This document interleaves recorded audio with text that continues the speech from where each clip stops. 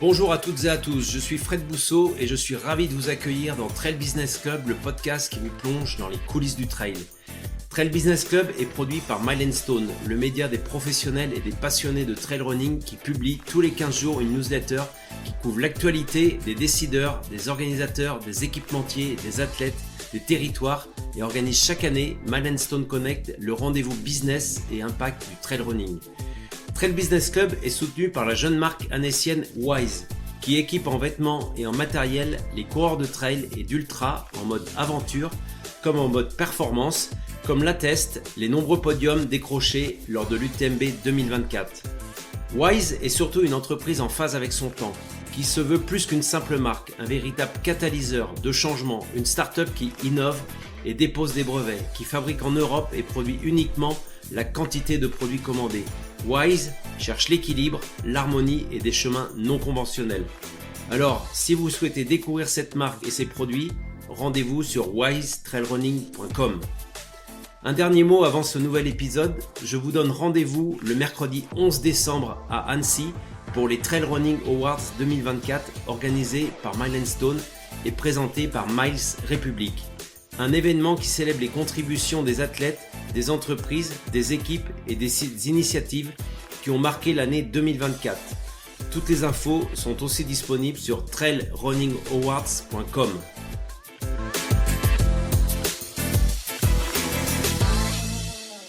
Je reçois pour ce premier numéro de l'année 2025 de Trail Business Club l'un des pionniers du trail, un précurseur et un visionnaire.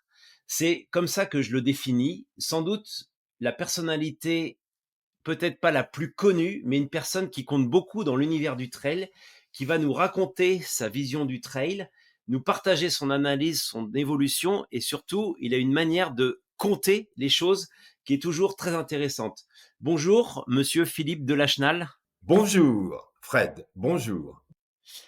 Je profite de cette première émission pour te souhaiter une belle année 2025, puisqu'il est encore temps, ainsi qu'à tous les auditeurs de ce podcast. Philippe, je vais garder secret ton âge et la catégorie dans laquelle tu cours encore. Tu Merci. cours depuis plus de 60 ans, tu as été au cœur de nombreux défis, de nombreux challenges. Peux-tu te présenter et revenir sur tes débuts en course à pied ? Oui, c'est une longue histoire, effectivement, puisque très jeune, je courais déjà sur les sentiers dans nos Alpes savoyardes, essentiellement, dès l'âge de 7-8 ans. Ouais. Donc, effectivement, ça fait déjà largement plus de 60 ans que je cours. Au début, je courais derrière mon papa qui m'entraînait sur les sommets Bauges, Vanoise et Loisan. Et puis ensuite, je me suis mis aussi à courir. Alors, j'ai commencé essentiellement par les marathons parce qu'il y avait très peu de trails dans les années 80. Et puis est arrivé un peu plus tard la 6000D, qui a été l'un des premiers trails organisés. Et donc finalement, je m'y suis mis un peu sur le tard puisque les trails sont arrivés il y a une trentaine d'années. Voilà, et alors effectivement, c'était la course au Mont Blanc, c'était la grande traversée des Alpes, c'était le tour des glaciers de la Vanoise que je faisais avant qu'il n'y ait des compétitions. Hein, notamment la grimper au Mont Blanc m'a toujours fasciné et je suivais de près ceux qui tentaient de faire des records jusqu'à ce que je rencontre Laurence Mag, qui a été un des pionniers, un recordman du Mont Blanc pendant quelques années, en 5h29. On va y revenir, mais ton histoire personnelle, elle passe aussi par un grand passé de sportif, tu l'as dit, mais aussi un tour du monde que tu as fait en famille au XXe siècle, si c'est bien ça. Euh, C'était un amour du sport partagé à la fois par ce que tu as transmis ton père, mais aussi ce que tu as pu transmettre à ta famille. Tout à fait. Alors c'est vrai que j'ai toujours eu une âme d'organisateur et que dès que j'ai pu le faire, je me suis mis dans l'organisation et en 1983, j'organisais le premier triathlon aux Roches de Condrieu où j'étais directeur d'un foyer logement et j'en ai profité pour organiser pendant 10 ans ce triathlon qui est devenu international. On a eu les meilleurs triathlètes mondiaux de l'époque, essentiellement des Australiens, Américains, Anglais et Français, bien sûr. Et j'ai aussi organisé des petits trails, des grimpées pédestres, ça c'était dans les années 85, 88, la grimpée du Pilat, le tour du Pilat, enfin on a fait pas mal. Alors j'étais vraiment un pionnier en la matière et on était une cinquantaine à courir au départ. C'était pas l'engouement actuel, mais quand même, il y avait déjà d'excellents coureurs. Et alors, ce qui m'a mis aussi un peu dans le milieu du trail, c'est la Saint-Élion. Enfin, à l'époque, c'était Lyon-Saint-Étienne ou Saint-Étienne-Lyon, hein, suivant les années. Et dès 1980, donc j'ai fait ma première non, Lyon-Saint-Étienne. Voilà. On partait du kiosque du Progrès, actuellement la Fnac, et on arrivait au Palais des Sports de Saint-Étienne. Alors c'est vrai que ça m'a tout de suite donné aussi l'envie de faire des longues distances. Ensuite, j'ai fait beaucoup de marathons, en vue surtout de la préparation de la Saint-Élion. Ça, jusque dans les années 80. J'ai dû en faire une vingtaine de Lyon-Saint-Étienne, Saint-Étienne-Lyon. Puis voilà, et puis après j'ai fait évidemment un certain nombre d'autres courses, beaucoup de marathons d'abord, et puis des 6000D par-ci, des Tours des Glaciers de la Vanoise. J'ai même participé encore en tant qu'organisateur au Tour des Glaciers de la Vanoise, la deuxième année, je me souviens. Et puis voilà, j'ai bourlingué un petit peu à gauche et à droite. On va revenir sur tout ça, mais est-ce que tu te définirais comme un explorateur, un défricheur de nouveaux formats, avec un peu de fougue et d'insouciance à l'époque? Est-ce qu'il fallait aussi être inventeur, ingénieux ou inconscient pour organiser ces premières courses, ces premiers défis que tu expliquais, ces montées sèches et tout Ouais. ça? Oui, c'est vrai qu'il fallait avoir une âme un peu de pionnier. Et en fait, souvent, mes organisations sont venues du fait que j'apprécie énormément des coins, ce qui a été le cas du Tour des Glaciers de la Vanoise, hein. Je m'entraînais sur le Tour des Glaciers de la Vanoise, et puis dans les années 2003, je me suis dit, faut l'organiser. Il se trouve que je connaissais bien le directeur de l'Office du tourisme, qui a bien facilité les choses aussi à l'époque. Et la grande traversée des Alpes, c'était un petit peu pareil. Je l'avais reconnu auparavant, hein, donc par le GR5. Alors en fait, j'étais parti pour faire la Via Alpina, hein, dans les années 2002, pour faire la Via Alpina, c'est-à-dire de partir de Trieste pour arriver jusqu'à Monaco, hein, Monaco. Et puis en fait, c'était en 2003, l'année précise, et en 2003, il y avait une telle canicule que finalement ma Via Alpina, elle s'est terminée au pied des Dolomites. Et bon, il n'y avait pas que la chaleur, hein, il y avait surtout le manque de balisage, hein, il n'y avait aucun balisage. Et en Italie, à l'époque, on ne trouvait aucune carte précise des sentiers, on n'avait pas encore Internet, ou c'était vraiment les tout débuts d'Internet. Donc, c'était très difficile de se diriger, et du coup, j'ai renoncé. Et après avoir renoncé à cette Via Alpina, je me suis dit, bon, on va se contenter de la traversée des Alpes par le GR5, donc en partant de Thonon. Je l'ai faite donc en 14 étapes, de refuge en refuge. J'ai beaucoup apprécié. Je me dis, il faut absolument que d'autres découvrent cette grande traversée des Alpes. Et dès l'année suivante, je l'ai organisée. On a eu deux beaux vainqueurs, la personne de Sébastien Chéniaud avec Philou Rossier, donc ils ont été deux magnifiques vainqueurs. Et c'est vrai que ça a été une belle initiative. Et malheureusement, cette traversée des Alpes qui s'est fort bien déroulée a subi les conséquences de l'accident au trail du Mercantour. En 2009, il y a eu quand même, au Grand Raid du Mercantour, il y a eu 3 morts. Et de ce fait, c'était ensuite très compliqué que d'obtenir les autorisations préfectorales, essentiellement dans les Alpes-Maritimes. Et ça m'a un petit peu découragé parce qu'il faut être motivé pour organiser ce genre de choses. Et quand il y a quelques obstacles insurmontables, on finit par y renoncer. C'est dommage. Depuis 2010, donc je n'ai plus organisé cette traversée des Alpes GTA par le GR5. Donc cette grande traversée des Alpes, tu la connaissais aussi, du fait que dans les années 90, il y a Christian Roussel et Jacques Berlier, que tu connaissais, très bien, des coureurs, des grands coureurs de l'époque qui étaient aussi, des aventuriers parce ils savaient pas trop où ils partaient, qui l'avaient réalisé en 7 jours. On sait aujourd'hui que le record a été ensuite battu par Pascal Blanc, puis par, Romain Saufis et aujourd'hui il est détenu par Sébastien Réchon. C'était une autre époque où il y avait moins de contraintes, plus de liberté, on était moins soumis aux exigences des préfectures, comme tu le disais juste avant, on était plus libre pour organiser qu'aujourd'hui. Oui, oui, je pense qu'il y avait moins, surtout, les préfectures étaient moins exigeantes et moins pointilleuses concernant la sécurité, bien que, il y avait quand même déjà certaines difficultés. Et je me souviens surtout avec la préfecture des Hautes-Alpes, Briançon, j'avais toutes les peines du monde à obtenir l'autorisation sur le domaine sur le département des Hautes-Alpes. Alors j'appelais mon ami Patrick pour essayer de me dépanner sur Briançon et il m'a encouragé quand même à insister pour obtenir ces autorisations.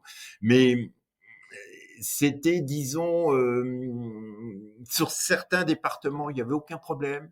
Savoie, Haute-Savoie, c'était un petit peu plus difficile.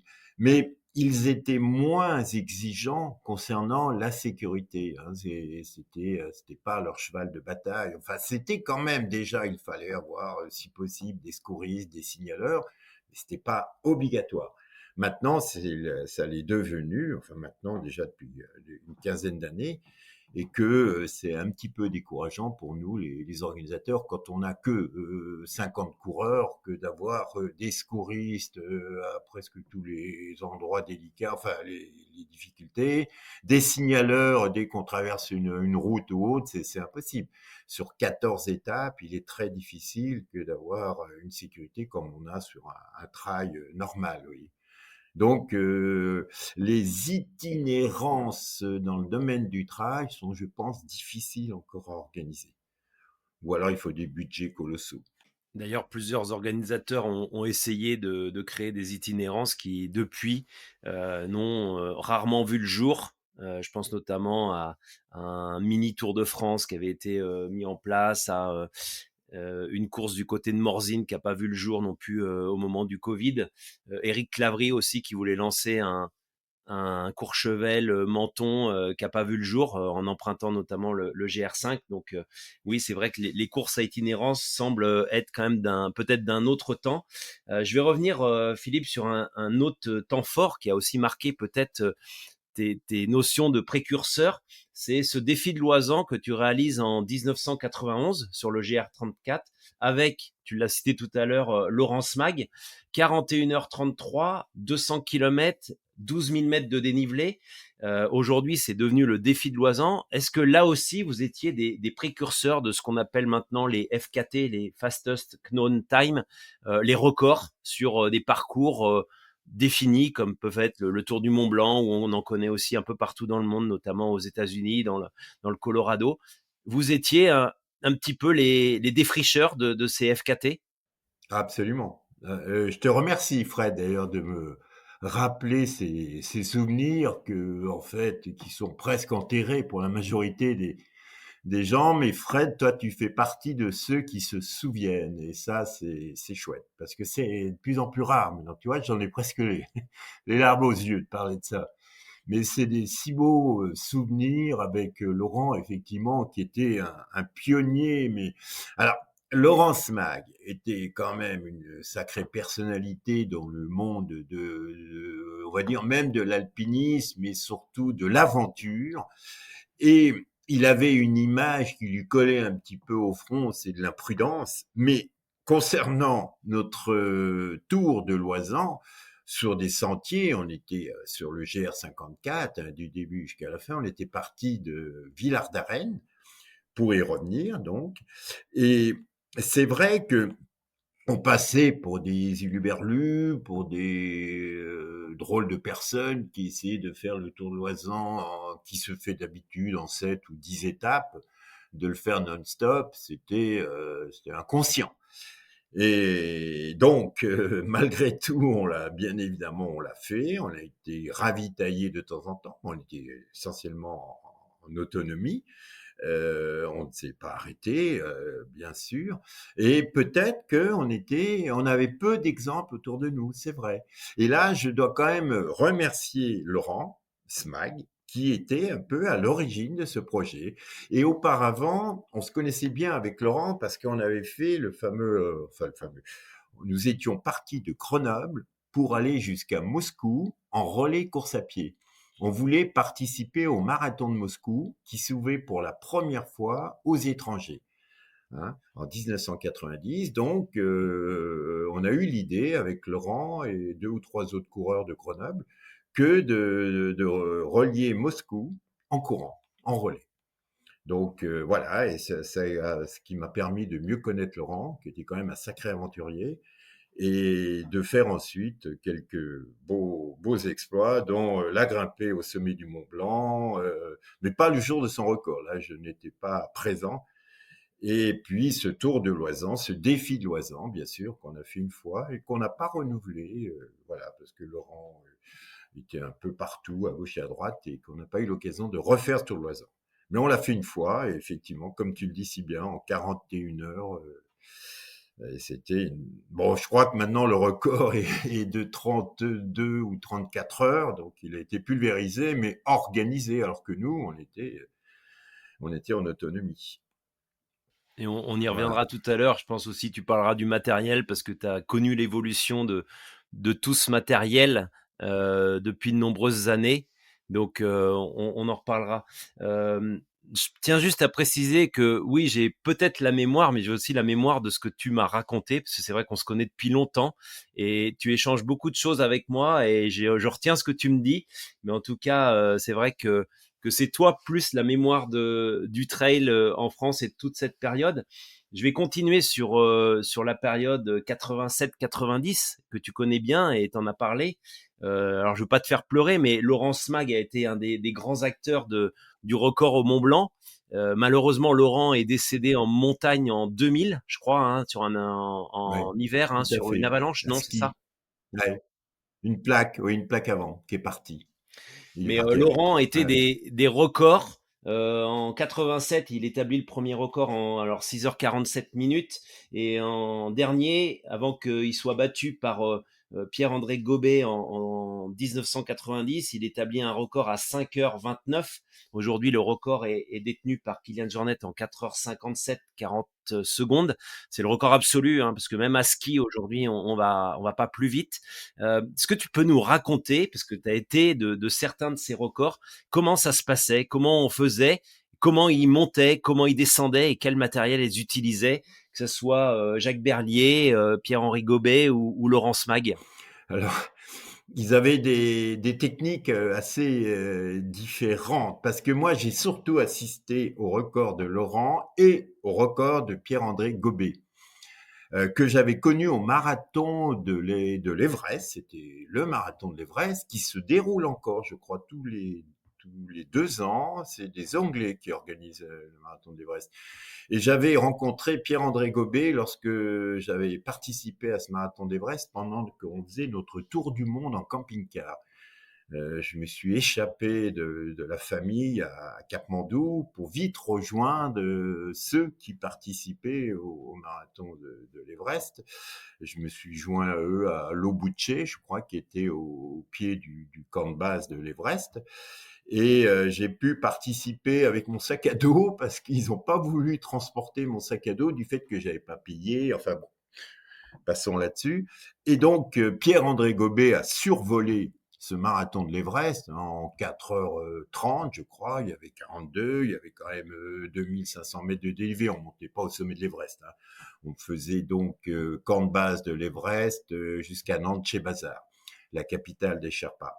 Et je me souviens d'une soirée mémorable après ce marathon d'Everest dans un hôtel, un restaurant à Nantes-chez-Bazar, où nous étions une cinquantaine de pays, peut-être pas une cinquantaine de pays représentés, mais il y en avait au moins une bonne vingtaine, et chaque concurrent à chanter dans sa langue une chanson populaire. Et tout ça a été animé par Pierre-André Gobet. Et c'est là aussi des souvenirs exceptionnels. Donc, quand Laurence Mac, d'abord, qui a eu le record pendant 2 ans environ en 5h29, a fait cette grimpée du Mont Blanc, ils sont donc bien évidemment tous partis du même endroit, hein, je crois l'église ou le bureau des guides de Chamonix. Et Laurent était effectivement dans une tenue très très légère, hein, avec un minimum de matos, mais il l'a fait plusieurs fois, et la fois où il a mis 5h29, il était quand même bien organisé. Il était bien organisé parce qu'il a eu pas mal de points relais. Il a pu se changer, il a pu mettre ses crampons, il a pu... Bon, alors, c'est vrai qu'il a pris quelques risques aussi que n'a peut-être pas forcément pris Kylian. Hein, je ne sais pas exactement comment ça s'est passé pour Kylian, mais enfin, Kylian, c'est un extraterrestre, donc il a survolé la grimpée et la descente du Mont Blanc. Mais Laurent avait pris quand même pas mal de risques du sommet du Mont Blanc jusqu'au dôme du Goûter, jusqu'au Grand Plateau, pardon. Donc, du sommet du Mont Blanc jusqu'au Grand Plateau, il est descendu sur des sacs poubelles, il est descendu d'une façon un petit peu particulière, ce qui a fait effectivement pas mal de contradictions et de recommandations en disant surtout ne faites pas comme Laurence Mag, les guides de Chamonix ont un peu levé les boucliers pour se protéger en disant mais voilà, ne faites surtout pas comme lui. Hein. Mais il a pris des risques dans la descente parce qu'il était un petit peu en retard dans la montée. Hein. Il était monté un petit peu moins vite que soit Jacques Berly, soit... En fait, Jacques de Berly, peut-être Christian Roussel aussi. Enfin, Christian Roussel, je crois pas qu'il s'est attaqué au Mont Blanc. Il y avait d'autres. Il y avait Thierry Gazan. Il y avait été plus spécialiste de la montée que Laurence Mag. Laurence Mag n'était pas un montagnard. Il y avait Pierre Cusin aussi. Et eux étaient beaucoup plus des montagnards que ne l'était Laurent. Mais Laurent avait ce côté un peu toujours intrépide, un peu prendre des risques, plus, oui, un peu kamikaze, entre guillemets, qui a fait que dans la descente, il a gagné du temps et il a pu battre ce record. Alors de 5h29. Et alors ensuite, quand est arrivé Pierre-André Gobet, alors là, c'était la perfection suisse. Hein. Lui est arrivé avec une compagnie de guides. Hein, une compagnie de guides suisses qui assurait la sécurité maximale, les ravitaillements, le changement de matériel, etc. Donc Pierre-André Gobet est survolé. Il avait gagné Sierzinal plusieurs fois de suite. Enfin, c'était un petit peu le Kylian de l'époque, Pierre-André Gobet. Moins alpiniste que ne l'est Kylian, mais il allait très vite aussi, notre Pierre-André Gobet. C'était à 2,16 ou 2,18 au marathon. Il était hyper polyvalent. Et il a vraiment écrasé le record. Il a battu d'un quart d'heure, 20 minutes même. Voilà, c'était la perfection suisse. Et puis est arrivé Kylian. Kylian qui a fait ce record en 2013 avec Matteo Jacquemou, parce qu'ils étaient deux à partir et ils sont arrivés avec quelques minutes d'écart puisque Matteo a trébuché dans une crevasse, il s'en est sorti sain et sauf, mais Kylian a voulu battre le record donc, et descendre sous la barre des 5 heures. Et je précise qu'aujourd'hui, le record féminin est détenu par Hilary Girardi en 7h25, un record établi en juin 2023. On va rester sur ce côté Mont Blanc. Tu as aussi connu les prémices de l'UTMB. Alors l'UTMB qui fait couler beaucoup d'encre et de salive aujourd'hui, mais en 1987 est créé le premier super marathon, qui est en fait tout simplement le Tour du Mont Blanc en 4 étapes. Est-ce que tu peux nous raconter le début de cette aventure qui alors été malheureuse puisque un concurrent est décédé lors de cette première épreuve, mais il y a aussi un ami très proche à toi qui l'avait emporté, Werner Schweitzer, qui a ensuite terminé 5e de la première édition de l'UTMB. Tu peux revenir sur ce super marathon? Tout à fait. Alors effectivement, j'avais participé au Marathon, hein, pour être précis, en 4 étapes du Tour du Mont Blanc. Pareil, ça devait être dans les années, comme tu le dis, 87-88. Et je n'étais pas présent lorsque Werner Schweitzer a gagné, je crois, sur 3 étapes. Il y avait plusieurs formules différentes. Et que ce jour-là, il y a eu, enfin ces 3 jours, il y a eu un décès. Il y a eu un décès, effectivement. Il avait reneigé, c'était à la mi-septembre.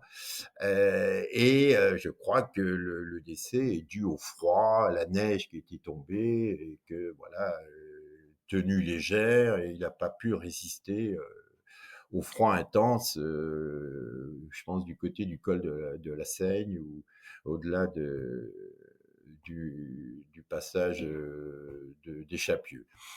Et donc, alors, nous, pour en revenir à mon Maratour, c'était, alors là, c'était Jacques Berly qui était la star de l'époque, Jacques Berly, hein, qui avait auparavant établi le record de la grande traversée des Alpes, qui était aussi un des pionniers à s'attaquer à la grimpée du Mont Blanc, hein, aller-retour depuis Chamonix. Et Jacques Berly avait donc un peu survolé cette épreuve. Je crois qu'il avait gagné les 4 étapes. C'était donc divisé en 4 étapes. La première étape était jusqu'au Contamine. C'est une étape relativement courte de 25 ou 30 kilomètres. Et puis ensuite, il y avait des étapes beaucoup plus longues, mais c'était quand même les 180 kilomètres étaient divisés en 4. Donc on n'avait pas un mérite exceptionnel que de faire ce marathon, mais à l'époque, là aussi, c'était déjà, on n'était pas très nombreux, on était une trentaine. Et alors, Laurent n'était pas présent, Laurent Smag, mais très vite, on a eu l'idée avec Laurent que d'organiser. On se disait, mais pourquoi 4 jours, pourquoi 3 jours, pourquoi en relais? Le Tour du Mont Blanc se faisait également en relais. Alors non-stop, mais ils étaient relais de 10 ou de 12 coureurs qui se relayaient. Et on a voulu, moi étant déjà un petit peu organisateur, Laurent aussi commençait à organiser. Après, il a organisé le défi de Loisan pendant une dizaine d'années. Et on se dit, tiens, pourquoi est-ce qu'on n'organiserait pas le Tour du Mont Blanc non-stop, hein? Donc, ce qui est devenu maintenant l'UTMB. Mais on s'est heurté au fait qu'on n'était pas de Chamonix. Alors peut-être que Laurent avait déjà un petit peu cette réputation un peu de kamikaze, mais le fait de ne pas habiter Chamonix, ni lui ni moi, n'ont pas facilité les choses. On s'est rendu compte qu'il y aurait pas mal d'obstacles à surmonter et que on n'était pas gagnant du tout au départ. Donc on a vite renoncé à vouloir organiser cet UTMB quoi, de 10 ans avant les Poletti. Un Voilà. peu plus de 10 ans, presque 15 ans plus tôt, parce que le premier UTMB date de 2003. L'histoire retient aussi que le tunnel du Mont Blanc ayant eu cette catastrophe, puisqu'il a brûlé en 99, pendant 4 ans, ce marathon n'a plus été organisé. Et en fait, pour le relancer, il a été relancé en 2003 par un groupe de gens un peu plus proches de Chamonix, oui, comme tu le dis. Et d'ailleurs, je citerai une anecdote que j'ai trouvée, hein, l'Anglais qui avait terminé deuxième à l'issue de la course en 87, Mike Short, qui déclara que c'était une course très dure, mais que ça avait un avenir important, non seulement parce que le paysage était magnifique, mais parce que c'était le Mont Blanc et que le Mont Blanc était déjà à l'époque, et on le sait depuis très longtemps, défini comme une attraction mondiale. Et on en connaît aujourd'hui la suite, notamment avec l'UTMB. Euh, je vais revenir sur un dernier défi, sur un événement sur lequel là, tu as été l'un Une des toute petite précurseurs. ouais, une toute petite précision, Fred. Alors, Mike Short, pour la petite histoire, était un champion. Mike Short, il gagnait énormément de courses cross-country, 10 000 mètres. Et je crois qu'effectivement, Werner Schweitzer, il me semble, avait battu, hein, parce que tu dis qu'il avait terminé second. Ah ouais. Et ça, c'est quand même une très très belle performance de la part de Werner Schweitzer d'avoir battu Mike Short, hein, qui avait un beau palmarès mondial, Mike Short. Je m'en souviens bien de ceux qui l'ont connu. de cette époque. Donc bravo Werner, qui malheureusement est décédé à 73 ans d'une maladie. Mais il a couru, Werner Schurger, jusqu'au bout. Il a couru, même malade. Il a continué à faire des UTMB. Je crois qu'il les a tous fait, enfin, tous fait, de son vivant, bien sûr. Il a dû en faire une 12 ou 13, je crois, UTMB. Mais je crois même qu'il les a presque tous gagnés dans sa catégorie d'âge à chaque fois. Certainement, certainement. Alors, je disais un dernier challenge que tu as relevé une fois, je crois que tu en es même à l'origine, c'est l'histoire des 24 heures.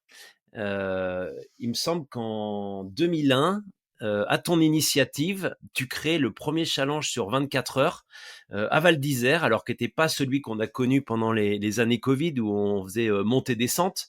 Aujourd'hui, avec un record détenu par Christophe Nonorgue du côté du Jura. Mais toi, vous faisiez les montées sèches à Val d'Isère et vous redescendiez en télésiège. Et tu as même à ton actif un record à 16 000 mètres de dénivelé positif. À l'époque, c'était Adriano Greco, l'entraîneur d'ailleurs, je crois, de l'équipe de ski d'Italie, qui l'avait emporté en 23h55 avec 25 montées et un record à 17 575 mètres. Tu confirmes que tu as été l'initiateur de ce projet et pourquoi ça n'a pas duré ensuite? Effectivement, j'étais l'initiateur et je suis pour ça allé voir le directeur des sports du club, directeur du club des sports de Val d'Isère, qui était aussi une personnalité, son nom m'échappe. Alors au départ, mon idée c'était de remonter la piste de Bellevarde, qui faisait pile 1000 mètres en allant vraiment au sommet de Bellevarde. Mais le directeur du club des sports trouvait que la montée était trop longue de nuit, 1000 mètres de dénivelé de nuit en non-stop quelque part, c'était pas évident. Donc on s'est rabattu sur une piste, je crois, de la Tauvière, si les noms sont qui faisait, elle, 700 mètres de dénivelé. C'était là où s'est déroulée d'ailleurs la descente d'âme lors des Jeux Olympiques d'Albertville. Donc, on a fait, oui, alors on a mis ça au point avec le club des sports de Val d'Isère, parce que moi, dans toutes mes organisations, étant quelque part un citadin, je dépendais quand même beaucoup des stations.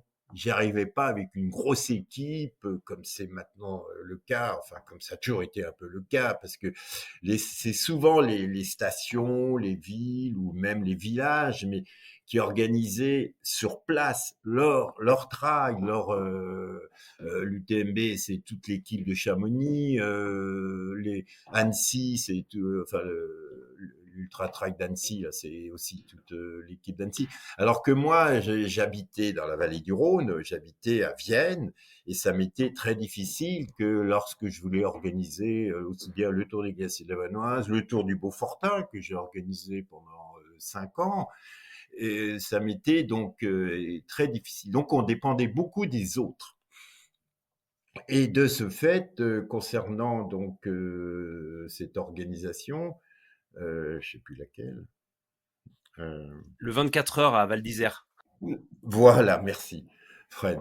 Donc, concernant ce dénivelé, c'était un défi ouais, de dénivellation cumulée. Il fallait que le club des sports m'aide. Non, je ne pouvais pas faire tout seul, donc je dépendais un petit peu d'eux. Et ça a été une magnifique. On a eu un temps exceptionnel. Il faisait un temps clair de lune en plus. Ça a été un succès total.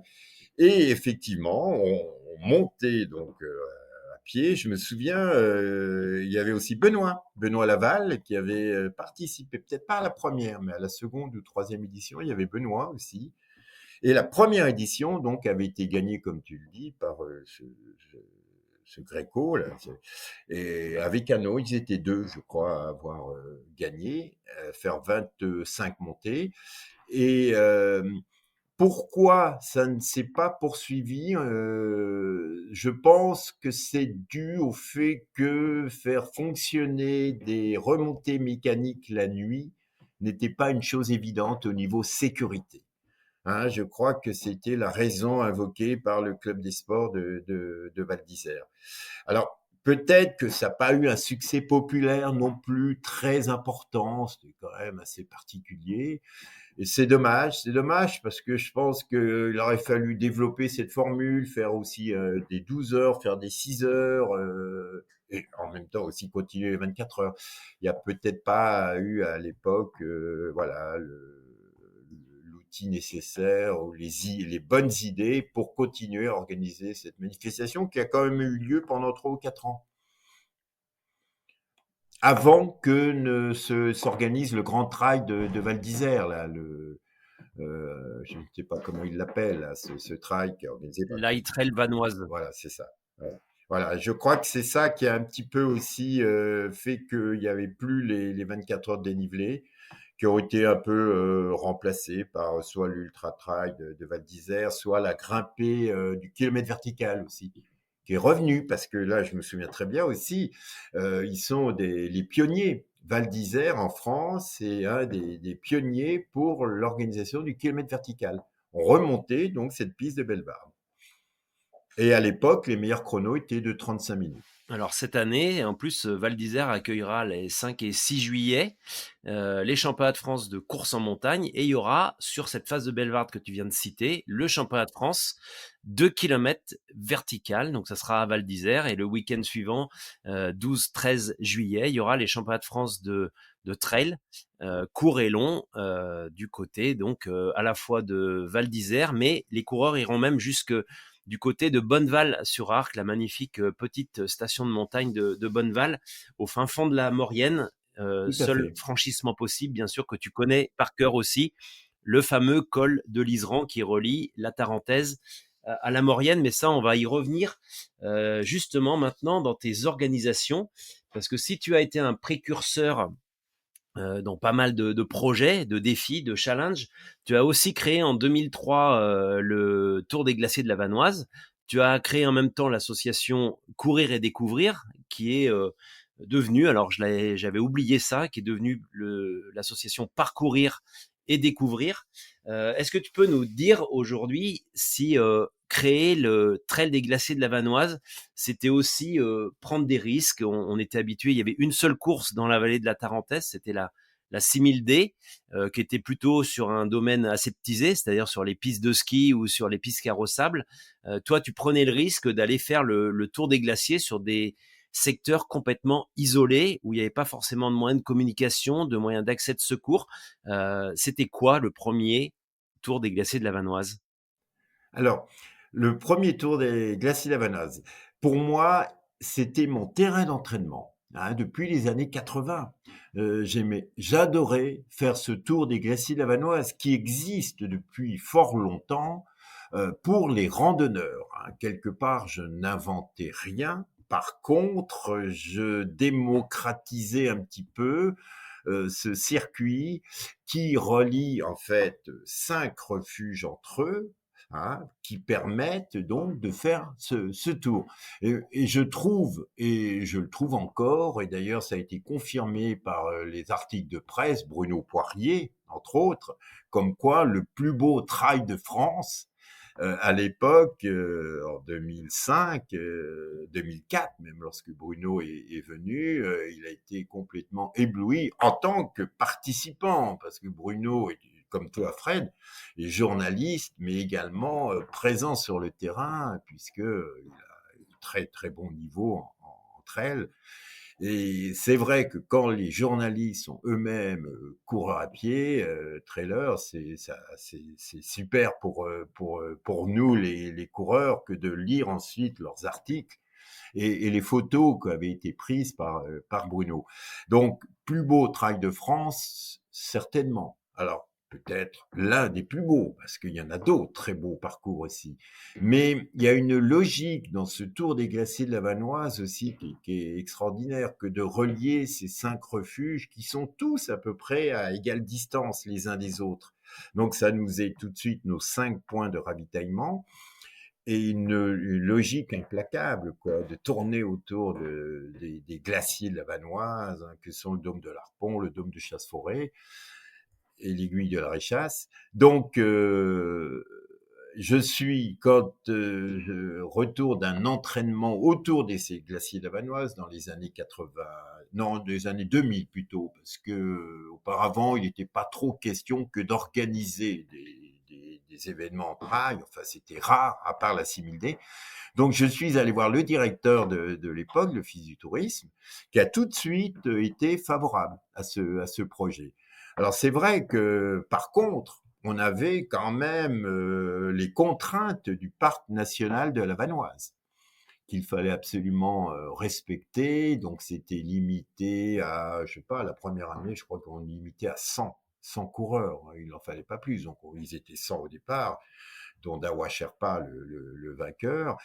Et, mais, et l'avantage peut-être que nous avions sur d'autres organisations, c'est comme on n'avait pas le droit de baliser, donc on faisait un balisage extrêmement léger, mais il y avait une telle logique dans ce circuit qu'il était difficile de se tromper. Hein. Alors, on avait quand même quelques signaleurs qui étaient là au carrefour, aux endroits un petit peu délicats, ne pas descendre sur la vallée de l'entre-deux-eaux, ne pas remonter sur le col, le premier col avant d'arriver au col de Chavière. Hein, au col d'Ossois, donc il fallait surtout pas remonter sur le col d'Ossois, qui était une variante, il fallait aller jusqu'au pied, jusqu'au refuge de l'Orgère pour monter le col de Chavière et redescendre sur le refuge de Péclé-Polsé et revenir donc à Pralognan, 73 km. Et ça a été un succès total. La première année, les 100 concurrents, il y a eu un petit peu d'abandon, très peu. Heureusement, on a eu beau, ce qui n'est pas toujours le cas, enfin, comme toutes les courses. Hein, lorsque le mauvais temps s'y met, c'est pas évident que d'organiser une manifestation. Mais voilà, ça s'est tout de suite très bien passé hein, pour une première organisation. Et, euh, et ce tour reste est limité maintenant, je crois, à 600 coureurs, ce qui est bien. Hein. Toujours, il faut toujours respecter entièrement les consignes du parc national. Mais je crois, c'était la 20e édition, il y a l'année dernière, je crois en 2023, qui s'est donc voilà, déroulée avec 600 coureurs. Et c'est maintenant une manifestation qui organise plusieurs autres trails ce jour-là, enfin plusieurs autres distances avec le petit Mont Blanc, avec toujours beaucoup de succès. Le trail actuellement a un énorme succès. On va enchaîner après le glacier de la Vanoise. Alors, tu disais justement que c'était précurseur et que ça a généré derrière toute cette dynamique depuis plus de 20 ans. Il y a une autre course aussi qui a été précurseur que tu connais, c'est la Fortige de Maurienne, juste de l'autre côté, sur l'autre vallée, créée en 2000 de mémoire par Raymond Ramina et Thierry Mermoz. Je crois une Fortige de Maurienne qui a existé juste pendant 2-3 ans, qui faisait 120 km, 7500 mètres, 7 cols au-dessus de 2500 mètres. Et surtout, elle s'appelait la Fortige parce que c'était en lien avec les forts, tous ces forts qui jalonnent la vallée de la Maurienne. Est-ce qu'aujourd'hui, on peut dire que la Fortige de Maurienne a été précurseur aussi dans la création du TMB? Oui, oui. Euh, C'était un très beau défi aussi, cette Fortige de Maurienne. C'était un très beau défi. Alors, j'ai pas connu Ramina, mais j'ai très bien connu Thierry Mermoz, hein, qui m'a bien aidé aussi dans l'organisation d'un certain nombre de trails, notamment le Tour du Queyras. Il m'a aidé aussi au Tour des Glaciers de la Vanoise. Thierry Mermoz était un Maurianais, donc qui habitait sur le parcours de la Fortige et il adorait cette fortiche et je sais que Thierry Mermoz aurait bien aimé la réorganiser. Mais c'était pas évident que d'organiser, c'était un petit peu une étape itinérante que cette fortiche, parce qu'on partait d'un point vers au bas de la Maurienne, disons, pour arriver à un autre point au lac du Mont-Cenis. Et c'était donc un parcours de 110 kilomètres avec beaucoup de difficultés. C'était un parcours très exigeant et pas facile à organiser du fait que l'arrivée n'était pas au point de départ et c'est toujours beaucoup plus compliqué. Mais il y a eu des champions de l'époque qui ont eu de brillants résultats à cette Fortiche, mais il y a eu aussi des beaux abandons, enfin d'excellents trailers qui n'ont pas pu surmonter tous les obstacles parce que il y avait, oui, tu l'as dit, je crois, Fred, il y a eu 7 montées et pas facile pour l'avoir fait une fois. Je me souviens, dur, la Fortiche. Mais très beau trail, absolument, qui mériterait d'être reconduit. Voilà, il faut il faut demander à Ludo Pomeray de réorganiser cette Fortiche. Il est un peu sur ses terres à Ludo. Ludo qui est entre Valloire et Ferney, donc il connaît très bien cette vallée de la Maurienne. Il y a aussi forcément je crois qu'il l'avait peut-être gagné, c'est Lionel Bonnel qui est du côté de Saint-Jean-de-Maurienne et de la Toussuire. Il me semble qu'il l'a Ouais. gagné, je ne sais pas si tu peux me Bah, je suis confirmer. pas Je suis pas certain, certain non plus. Lionel, ils étaient jeunes à l'époque, les Ludo et Lionel. Alors pour la petite histoire, Ludo a démarré aussi avec le Tour des Glaciers de la Vanoise, notre Ludo, mais pas en vainqueur, enfin du moins pas tout de suite. Je me souviens l'année où je l'avais fait, le Tour des Glaciers de la Vanoise, mon Ludo, il était pas loin devant moi. Il avait mis 9 heures, je crois. Moi, j'avais mis un petit peu plus. Dawa était 1 heure devant Ludo. Il a fait des progrès considérables, Ludo, en très peu de temps. Enfin, j'espère qu'il ne me contredira pas. Mais c'était beau de voir cette progression qu'a eu Ludo Pomeray, qui est encore l'un des tout meilleurs à presque 50 ans, ce qui est exceptionnel pour Ludo. Donc tout ça pour dire que les Morianais, je pense que, à mon avis, il manque pas grand-chose pour qu'ils réorganisent justement cette Fortiche. Avec Thierry Mermoz qui était à l'origine, avec des gars comme Ludo qui sera un porte-drapeau et d'autres en Maurienne, il y en a quand même un certain nombre qui sont sur ce parcours. Et pourquoi pas Pourquoi pas? Moi, j'ai pas osé réorganiser du fait que je ne suis pas Maurianais. Il vaut mieux que ça soit des gens de la Maurienne qui organisent ça. Alors sinon, on peut faire venir comme à Saint-Élion et autres, ce sont je ne sais pas comment on appelle ça, ces organisations qui sont très très bien, qui sont très opérationnelles. Mais voilà, c'est sur des grandes villes. Là, il faudrait qu'un club de Maurienne organise cela. Alors justement, c'est la transition est presque toute trouvée. On l'a dit, c'était le début des années 2000, tout ça. Est-ce qu'aujourd'hui, il y aurait la place à la fois pour réorganiser la Fortiche ou un Tour de Maurienne ou autre chose, où on connaît aussi le Grand Tour de la Tarentaise qui existe, qui fait 290 km et 20 000 mètres de dénivelé, Que euh, j'avais organisé. que Julien Chaurier avait repéré à nouveau en 2018. Tout Est-ce à fait. qu'aujourd'hui, face à l'avènement de l'UTMB, la puissance de l'UTMB à travers le monde, la puissance de l'UTMB autour du Mont Blanc, est-ce qu'il y a encore de la place pour des organisations comme celle-ci, de faire des courses un petit peu intimistes, mais qui ont tout leur caractère, leur authenticité et leur beauté? Alors, j'ai beaucoup essayé, pas toujours avec succès. Justement, tu cites le Tour de Tarentaise, dont Julien Chaurier a effectivement le record non-stop. Attention, hein, non-stop. Moi, je l'avais organisé en une semaine. Ce Tour de Tarentaise, il y avait Philou Rossier, il y avait d'autres coureurs de très bon niveau. Et ça s'est très bien passé, l'organisation. Il n'y a pas eu de bémol, mais il n'y a pas eu non plus d'encouragement des différentes stations dans lesquelles nous sommes passés.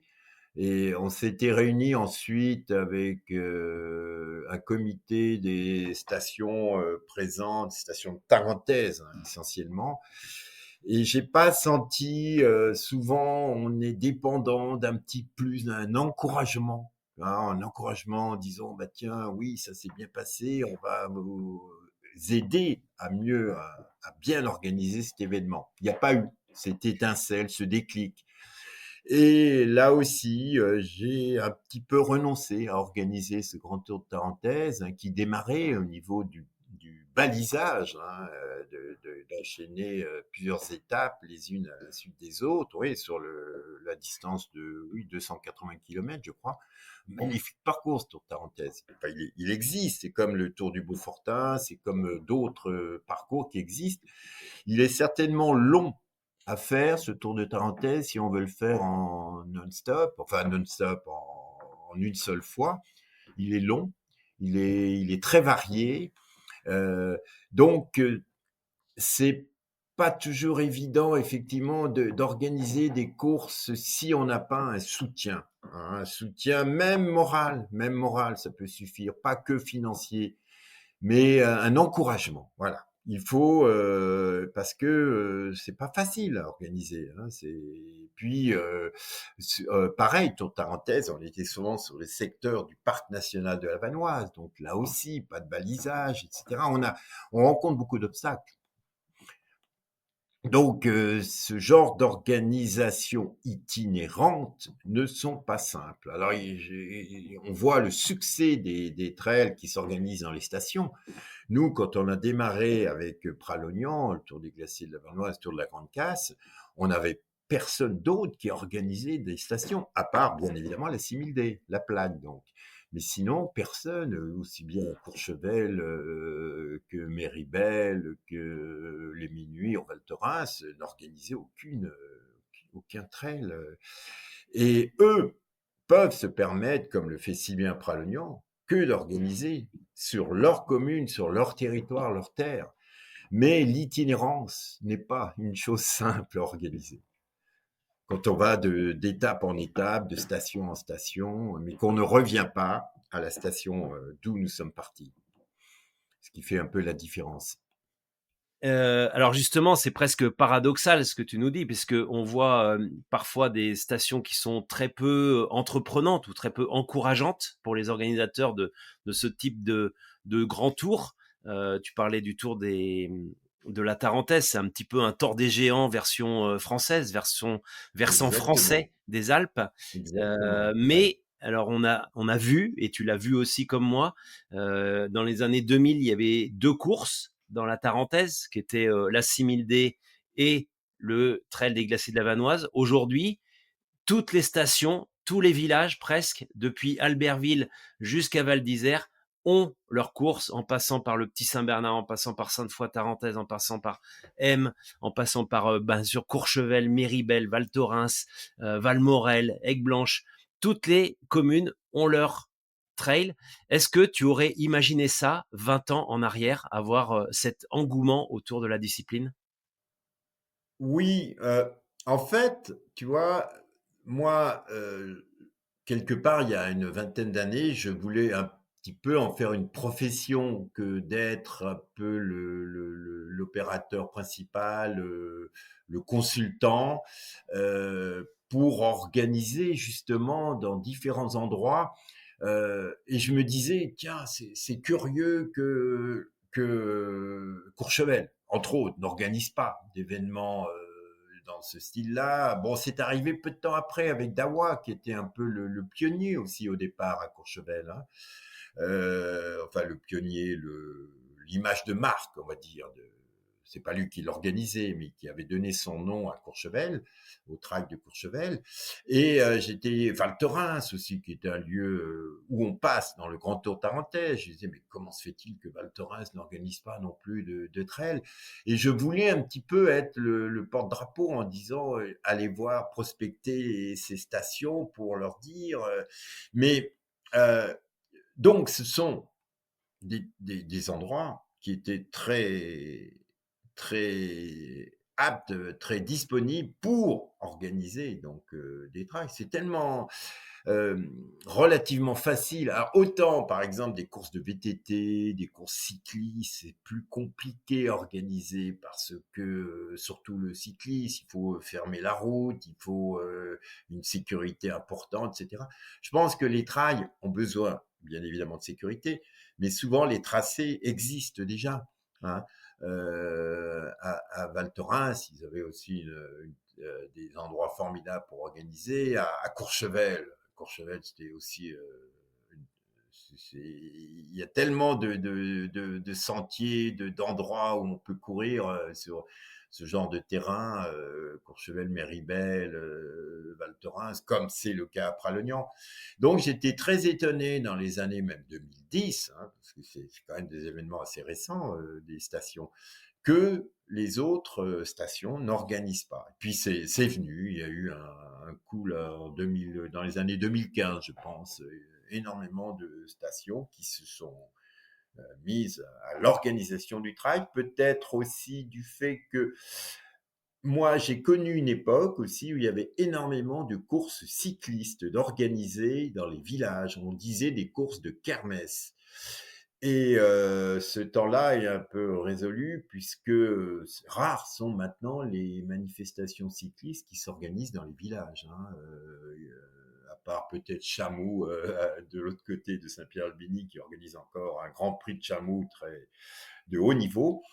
Et peut-être que du cyclisme, on est passé au trail, alors pas aux mêmes endroits, parce que les cyclistes s'organisaient plus en bas dans les vallées que dans les stations, mais le trail a pris un énorme engouement. Alors là, il faut quand même remarquer que l'UTMB est certainement pour beaucoup. L'engouement de cet UTMB a fait que, voilà, je pense qu'il y a beaucoup de gens, et puis l'époque aussi actuelle fait qu'on a très envie d'aller courir. C'est tellement plus facile de courir que de faire un autre sport comme le tennis ou le ski, enfin le ski, il faut avoir du matos, il faut partir, il faut payer. Course à pied, c'est gratuit. Donc c'est, voilà. Le développement du trail n'est pas étonnant. Alors c'est gratuit, mais pas tant que ça, parce que toi, tu as connu l'époque où on courait avec un t-shirt coton, un short d'athlée et une paire de baskets classiques, on va dire, une paire de chaussures de course sur route presque. Aujourd'hui, le matériel est devenu un élément essentiel de l'équipement du trailer, presque un code vestimentaire comme on le retrouve dans d'autres sports. Tu l'as dit, le tennis, le ski, le vélo, c'est pas les mêmes marques, c'est pas les mêmes codes, c'est pas les mêmes éléments d'identification. Est-ce qu'aujourd'hui le trail est devenu trop cher versus aussi le prix d'inscription de certaines courses qui aujourd'hui dépassent les 400 euros pour l'UTMB, des courses à plus de 2 euros, 2,50 € le kilomètre quand on ramène à cette notion-là. Est-ce que le trail risque de prendre aussi quelque part l'image ou la tendance du triathlon que tu connais bien? Ouais, c'est vrai que le triathlon est devenu excessivement cher. Il l'était, mais ça a toujours été le cas, mais je crois de plus en plus. Ouais. C'est un peu exagéré. Alors, j'ai entendu tout récemment que pour participer au marathon d'Annecy, auquel j'avais participé il y a une vingtaine d'années, et on payait peut-être 40 euros. Maintenant, je crois que les prix sont multipliés par 6. Donc c'est excessif, c'est évident. C'est excessif, mais en vélo, c'est exactement la même chose. Ils sont victimes de leur succès. Enfin, victimes, entre guillemets. Ils profitent de leur succès puisqu'ils refusent. Plus c'est cher, plus il y a de monde qui s'inscrit. Au fait, c'est un peu fou, mais c'est comme ça. Et ils profitent aussi de la participation étrangère. Hein, je crois qu'il y a des lieux mythiques. L'UTMB, ils sont à 500, ils sont à 800 ou ils sont à 1000 euros, ils auront toujours autant de monde. La participation des étrangers est énorme. Et les Français, ben, l'UTMB, c'est quand même... quand on a fait l'UTMB, bon, on meuble un CV. Donc, heureusement, il y a quelques trails qui sont encore abordables. hein. Et il y en a, Cruet, juste à côté de Saint-Pierre-d'Albigny, où ils organisent cette année un ultra d'ailleurs. Il reste très accessible.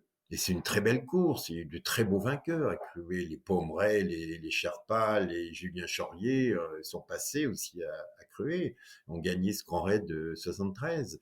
Donc, je pense que les stations jouent sur leur notoriété, jouent sur le fait qu'il y a beaucoup de touristes étrangers, enfin de sportifs étrangers qui viennent, donc c'est un tout compris. L'inscription finalement passe avec le reste, quoi. On vient passer une semaine à Valto, on va passer une semaine à Courchevel et on fait le trail. Alors concernant le matos, euh, oui, mais c'est tout pareil. Le matériel triathlon coûte peut-être 4 fois plus cher que le matériel du trail. Donc, entre elles, on peut encore, je pense, se chausser et s'habiller à des prix relativement modestes. On n'est pas obligé d'avoir le top du matos aussi, hein. Donc, alors après, tout dépend des budgets dont on dispose, mais je pense que quand même, on peut encore courir à moindre frais euh, quand on s'entraîne. Et alors, participation, oui, il y a des courses chères, mais il y en a d'autres qui sont moins chères. Alors, tu as plus de 20 ans, peut-être même presque 40 ans de recul sur toute l'évolution de la discipline et du sport en général. Est-ce que toi, aujourd'hui, puisque c'est aussi la thématique de ce podcast, est-ce que tu penses que le business a dépassé le sport ou au moins l'a rattrapé? Oui, pour certains exemples, oui. Alors, est-ce qu'on peut critiquer ou admirer? Je sais pas, mais quand je vois, alors là, je m'oriente plutôt sur le triathlon, l'appellation Ironman. euh,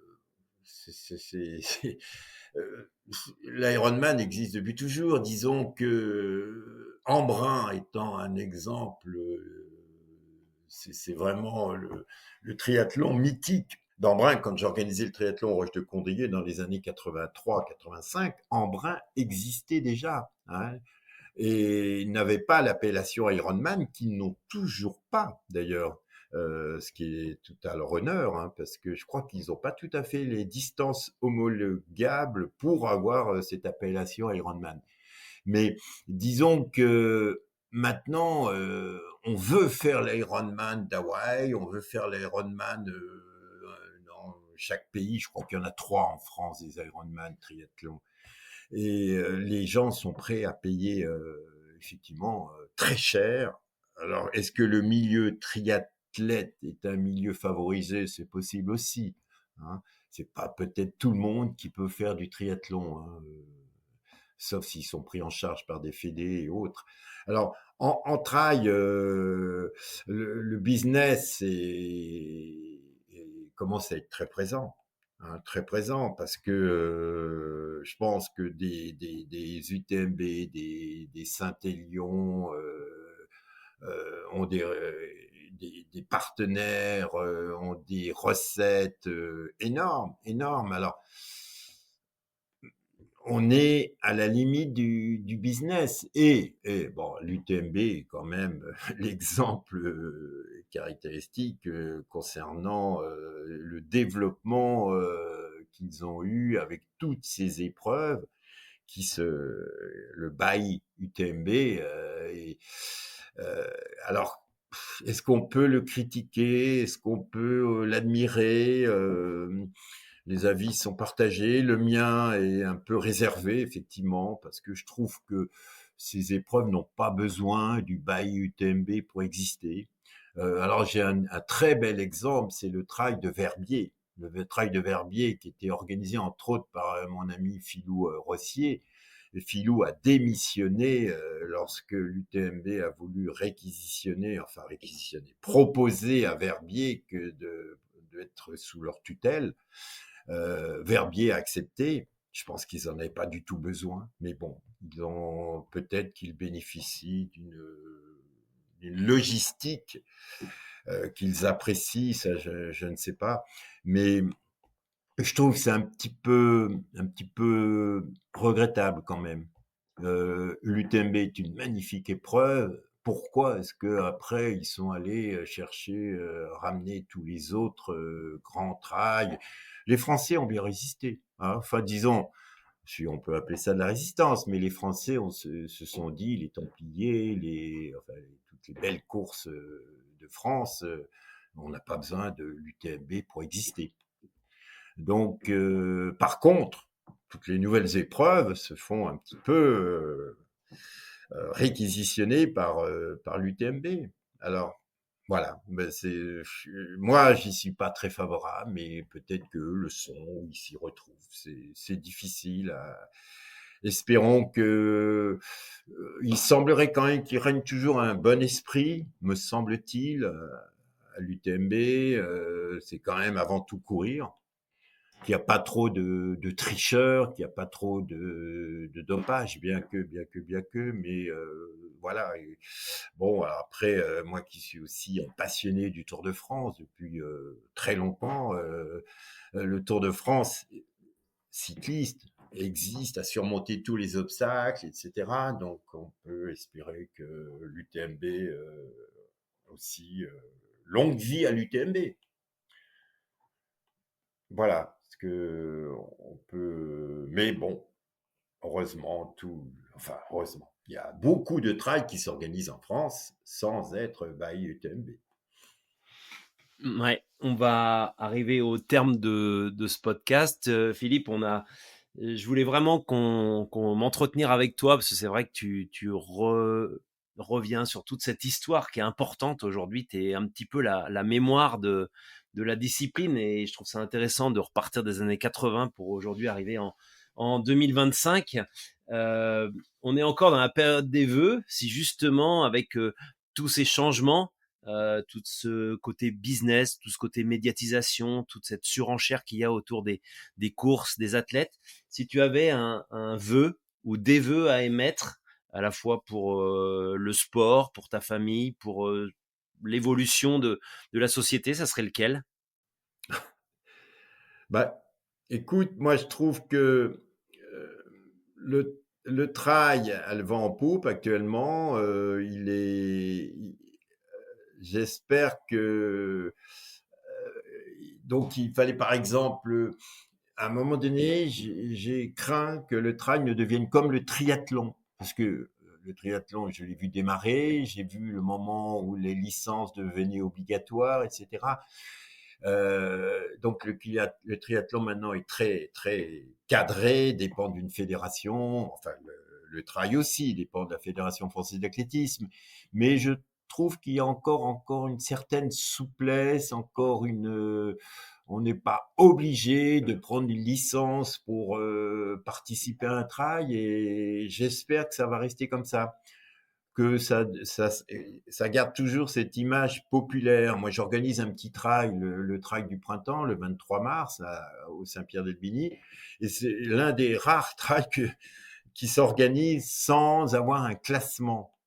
Là aussi, la préfecture l'accepte, donc, bien que je fournisse un dossier important au niveau préfectoral. Mais on a une certaine souplesse pour organiser. On n'est pas obligé que d'avoir des secouristes, tant de secouristes par participant. Et on n'a pas d'obligation à ce niveau-là. Et je trouve que c'est bien que d'organiser aussi des trails off, comme on le dit. Voilà, ceux qui participent à ce trail en général reviennent et apprécient énormément la convivialité avant tout, plutôt que le chrono ou le classement. Bon, c'est bien aussi qu'il y ait des compétitions, hein, bien évidemment. Et je suis ça d'assez près d'ailleurs de nos meilleurs trailers. On a une élite en trail en France qui est très haut niveau. Peut-être qu'un jour, le trail sera une discipline olympique. Et là, ça serait un souhait. Voilà, hein, que le trail devienne olympique, toutefois en essayant de faire un vrai trail et non pas des tourniquets, hein, comme c'est souvent le cas, et comme ça risque d'être le cas, je crois, en ski alpinisme, hein, il me semble-t-il, en 2026. Ouais. Donc, éviter les courses de kermesse concernant le trail, hein, Et le souhait que je peux avoir, un souhait personnel, c'est que j'aurais beaucoup aimé réorganiser une grande traversée des Alpes par le GR5 en 2025, mais faute de partenaires, j'ai contacté Oka, il n'y a pas eu de suite favorable. Faute de partenaires, je ne pense pas l'organiser parce qu'il faut avoir un soutien financier, sinon c'est trop difficile au niveau sécurité, c'est trop difficile d'organiser un trail itinérant sur 14 étapes si on n'a pas un partenaire financier.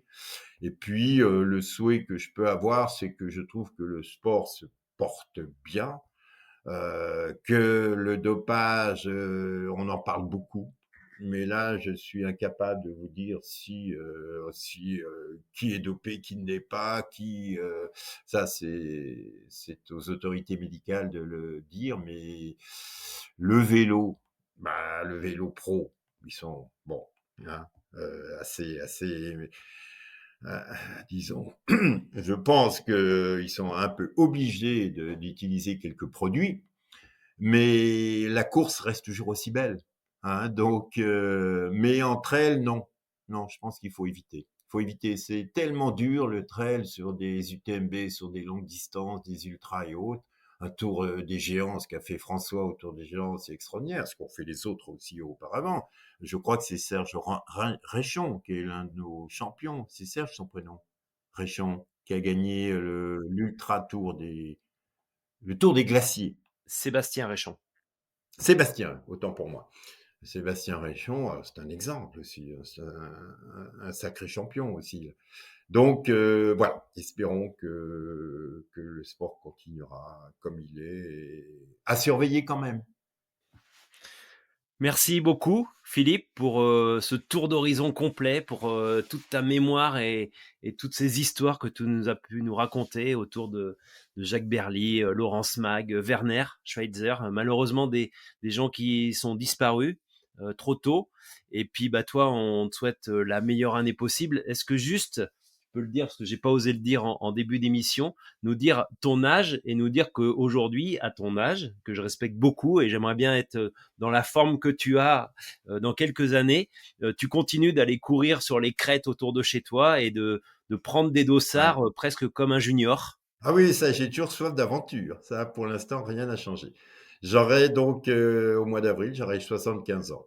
Bravo. Et bravo pour cette... Voilà. Mais toujours, je cours moins, en tout cas moins vite. J'ai quand même fait 2 beaux trails au mois de novembre et décembre, dont le trail des châteaux à Sion en Suisse, qui était super. J'ai des enfants qui habitent à Sion et c'était magnifiquement bien organisé, ce trail des châteaux en Suisse.